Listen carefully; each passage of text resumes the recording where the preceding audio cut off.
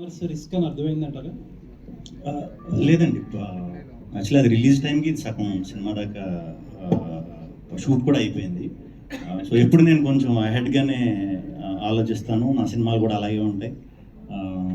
అంటే మీరు జాగ్రత్తగా చూస్తే ఒకసారి వెనక్కి వెళ్ళిన సినిమాలన్నీ కూడా ఒక 5 ఏళ్ళు 10 ఏళ్ళు ముందుకి రావాల్సిన సినిమాలు మీడియా మిత్రులు చాలామంది చెప్పేవారు. ముందే చేసేవాడిని. కంటెంట్ ఇప్పుడు అందరూ చేస్తున్నారు. సో దాన్ని ఎలా ఎప్పుడు ఏది ఇవ్వాలనేది ఒక ఐడియా మనకే ఉంటుంది కదా, ఐడియా ప్రకారం చేసుకుంటూ వెళ్ళిపోతున్నాను అంతే. దీనికి ప్రత్యేకంగా ప్లానింగ్ అలా ఏమీ లేదండి. సో యాక్ట్ చేసేటప్పుడే సింగిల్ కూడా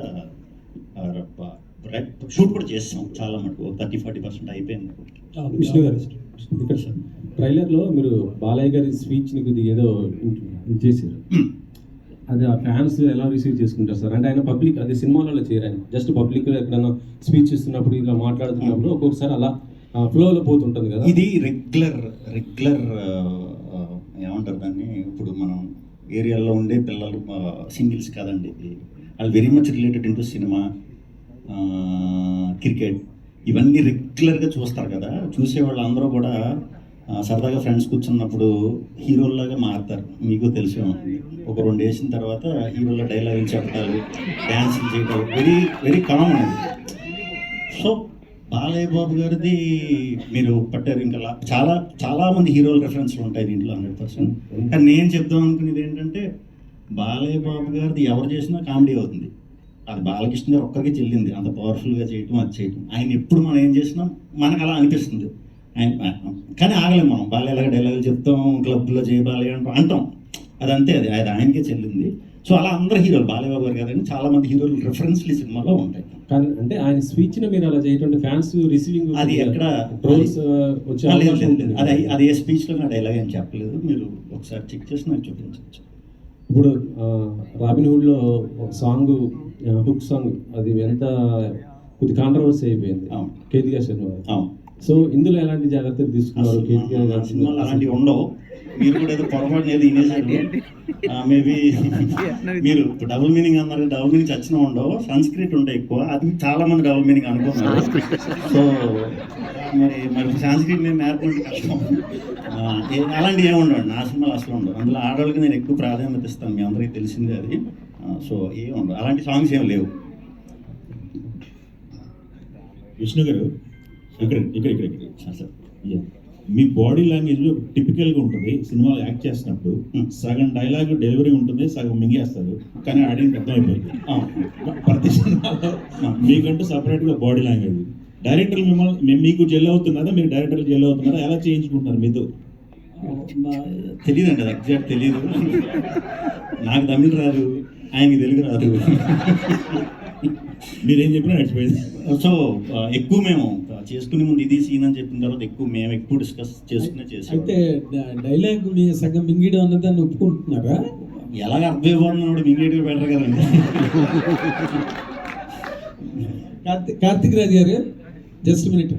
ఇప్పుడు గీతార్ట్స్ అన్నది it is known for it's black busters and land marks right from the day one. ఇప్పుడు కాదు. అండ్ అల్లు అరవింద్ గారు చాలా డెలెక్టబుల్గా దాన్ని ఎగ్జిక్యూట్ చేస్తున్నారు, even in this generation, in this young batch. ఇప్పుడు ఈ మధ్యన కూడా వాళ్ళన్ని హిట్లులోనే ఉన్నారు Geetha Arts, under the ages of Bunny Vas గారు అండ్ ఎవ్రీబడి. ఇప్పుడు మీరు will you guarantee the Geetha Arts and the followers of Geetha Arts and fans of Gaythats that this film is also going to hit the bullseye? గట్టిగా చెప్పగలరండి మీరు? బిఫోర్ స్టార్టింగ్ తెలుగు వరాదా? లేదు, నేను చెప్తాను సార్, నాకు తెలుగు అర్థం అవుతుంది, బట్ మాట్లాడడానికి కొంచెం కష్టంగా. Okay. So before starting this movie, when Arvind sir accepted this movie, till now I have a pressure of like when the final product, when Arvind sir sees what is going to be his reaction, is a big pressure for me. Because getting a chance in Gaythats is not an easy job, because a lot of directors are trying. Yes. And it is really a lucky moment, a blessing moment for me to get an opportunity. Definitely, it will be a happy product for Arvind sir. I can confidently tell. Okay. Bannivas garu. Hi andy, myself Hema Mani. కాదు sir, Q&A పెట్టినప్పుడు అందరూ అడుగుతాం కదా sir. Okay, sir ఏంటంటే like mad వచ్చినప్పుడు sequel కూడా వచ్చింది, డీజేటీలో వచ్చినప్పుడు కూడా సీక్వెల్స్ వచ్చినాయి. మరి హ్యాష్ ట్యాగ్ సింగిల్ యూత్కి అంతలా కనెక్ట్ అయ్యేది, మరి దీనికి కూడా ఏమైనా సీక్వెల్ ప్లాన్ అరవింద్ చేస్తారు? గారు కరెక్ట్గా చెప్తారు సార్. నీకు ఈ ఎండ్ చూస్తే అర్థం అవుద్ది 2 ఉందని. అది ఇప్పుడే నాతో చెప్పించేస్తున్నారు మీరు. సింగిల్ 2 ఉంది. సూపర్ ఏం చేయడం, దానికోసం అట్లా చేసాం. విష్ణు గారు ఇక్కడ, సో యాక్చువల్లీ ఇక్కడ పోస్టర్లో సబ్జెక్టు హెచ్హెచ్బిఎం రిలీజ్ అని పెట్టారు. అది ఇంకా చెప్పాలి నేను. చెప్పండి చెప్పండి చెప్పండి. అది హరిహర మహావిల్లు అండి. హరిహర వస్తే వీరుడు. మేము తప్పుకుంటామని ముందే మెన్షన్ చేస్తాం, అంతే కదా ఆబ్వియస్గా. అండ్ ఇందాక అన్నట్టు కూడా సంస్కృతం అన్నది మీరు వాడతారు, అది అర్థమైపోతుంది కూడా అందరికీ. సో ఆల్రెడీ లాస్ట్ మీ 2 సినిమాస్లో కూడా ఆ డైలాగ్స్ అన్నది like it is like gambling of కొంచెం ఎక్కడ దొరకకుండా గ్యాంబ్లింగ్ చేసినట్టుగా అనిపిస్తాయి ఆ సంస్కృతం డైలాగులని. But everyone will understand that. ఈ సినిమాలో ఆ పోర్షన్ ఎంతవరకు ఉంటుందంటే వాట్ విల్ సే? అది ఓటీటీలోకి వచ్చాకనే అర్థం అవుతుందండి.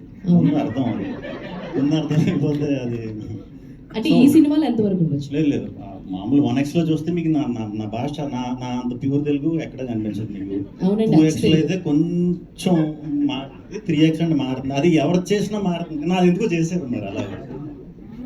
All the very. మామూలుగానే కొన్ని డైలాగులు ఇది 2x లో రన్ అవుతా ఉంటాయి. అవును sir. Vennela Kishore and sir మాట్లాడుతున్నప్పుడు కూడా అలాగే అనిపిస్తూ ఉంటుంది sir. And Thank you very much. Thank you, press. Please take our film to the people and see that it is a success. You are a part of, always our success. You are a part of it. Thank you very much. Good luck.